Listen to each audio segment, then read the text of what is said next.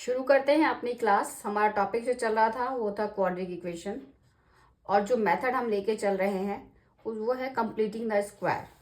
तो अब क्वेश्चन करते हैं जो बेस है एक वर्ड प्रॉब्लम के ऊपर। इस क्वेश्चन के अंदर गिवन है, मैं वर्ड प्रॉब्लम आपके लिए पढ़ रही हूँ। The sum of the reciprocal of Rahman as 3 years ago and 5 years after now is 1/3.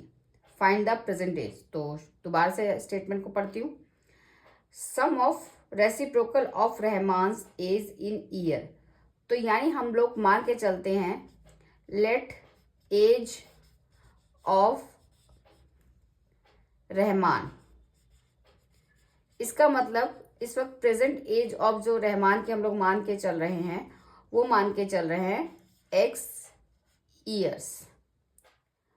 अब वो कह रहे हैं, क्वेश्चन में जो कहा जा रहा है कि 3 साल पहले रहमान की एज, इसका मतलब है 3 years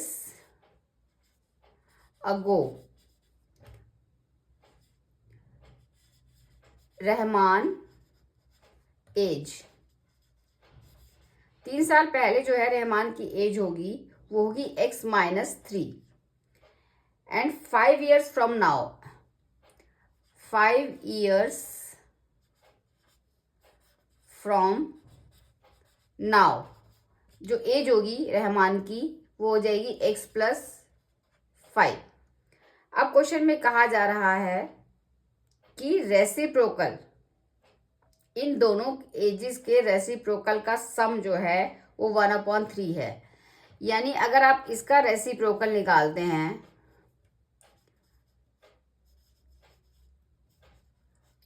तो ये हो जाता है 1/x-3। रेसिप्रोकल का मतलब होता है न्यूमरेटर को डिनोमिनेटर, डिनोमिनेटर को न्यूमरेटर में कन्वर्ट करना।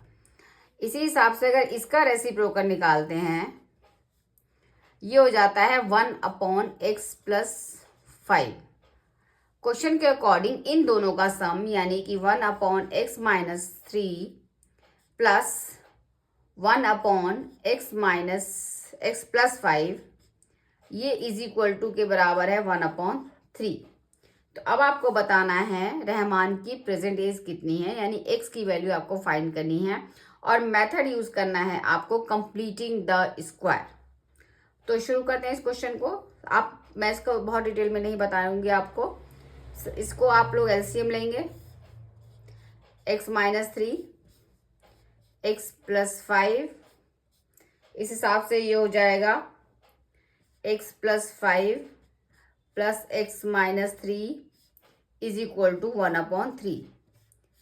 ये हम पहले भी कर चुके हैं तो इसको मैं बहुत डिटेल में नहीं बता रही हूँ। अब आप इसको क्रॉस मल्टीप्लिकेशन करेंगे और इस तरह से जो आपकी इक्वेशन फाइनली निकल के आएगी वो आएगी x² - 4x - 21 is equal to 0। अगर आपको इस स्टेप से इस स्टेप तक आने में प्रॉब्लम है, कुछ समझ में नहीं आ रहा है या दोबारा आप समझना चाहते हैं तो आप इसे मुझे कमेंट सेक्शन में डालिए, मैं आपको दोबारा से इसको पूरी तरह से एक एक स्टेप तक एक्सप्लेन करूंगी।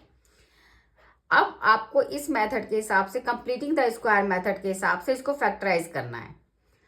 तो जैसे कि हम लोग पहले सम्स में भी हम देख चुके हैं, तो हमें क्या करना होता है, हम इसको x को x² लिखेंगे होल स्क्वायर में। ये इजी तरीका है, इससे आपका क्वेश्चन गड़बड़ नहीं करेगा। उसके बाद माइनस लिखते हैं, उसके बाद 2 लिखते हैं, ये कंपल्सरी है, सब में 2 ही आएगा। उसके बाद ये नंबर लिखते हैं x। अब जो बच जाता है वो देखते हैं क्या बचता है। यहाँ 4x था, यहाँ 2x आ चुका है, इसका मतलब एक 2 इसको अगर हम इसमें मल्टीप्लाई कर दें तो हमारी ये टर्म इस टर्म के इक्वल हो जाती है। अब इस स्टेप के बाद हमें क्या करना होता है कि ये जो हमने नंबर लिखा है बाद में, इसको बैलेंस करने के लिए इसका स्क्वायर ही ऐड करना होता है। और इसका स्क्वायर अगर हम ऐड कर रहे हैं तो इसका स्क्वायर हमें इसमें माइनस भी करना पड़ेगा और बाकी एज इट इज रख सकते हैं। 21 हम उसको कुछ चेंज नहीं किया हमने। अब इस स्टेप के बाद अगर आप इसको देखते हैं तो ये a² - 2ab प्लस b², यानी ये जो है a - b का होल स्क्वायर का फार्मूला है, जिसमें a की वैल्यू x है और b की वैल्यू 2 है। यानी ये x - 2 का होल स्क्वायर बन रहा है, ये पहले की 3 टर्म को मिला के। अब बात करते हैं बाकी टर्म की। तो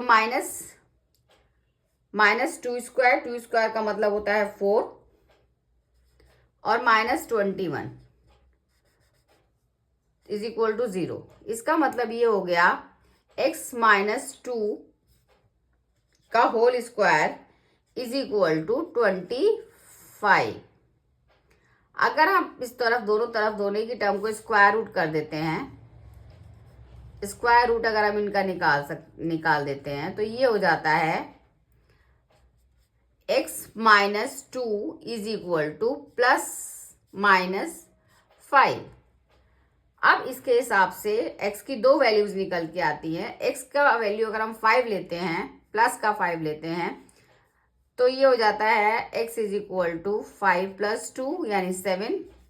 अगर हम इसमें इस आंसर की वैल्यू -5 लेते हैं तो x की वैल्यू हो जाती है -5 + 2 यानी -3।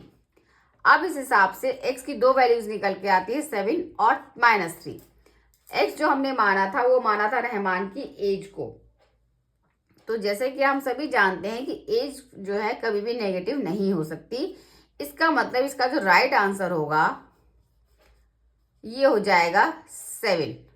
एज आप लिख सकते हैं कि as will not be negative.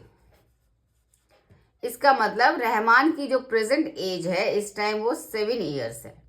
आप इस क्वेश्चन को वेरिफिकेशन कर सकते हैं, जैसे तरीके पहले से बता चुकी हैं। आप x की वैल्यू को रखेंगे तो आपको ये वेरीफाई आराम से हो जाएगा और जिससे हमारे को पता चल जाएगा कि ये आंसर हमारा एकदम सही है। तो उम्मीद करती हूँ ये सवाल आपको समझ में आया हो, कंप्लीटिंग द स्क्वायर एक वर्ड प्रॉब्लम के साथ।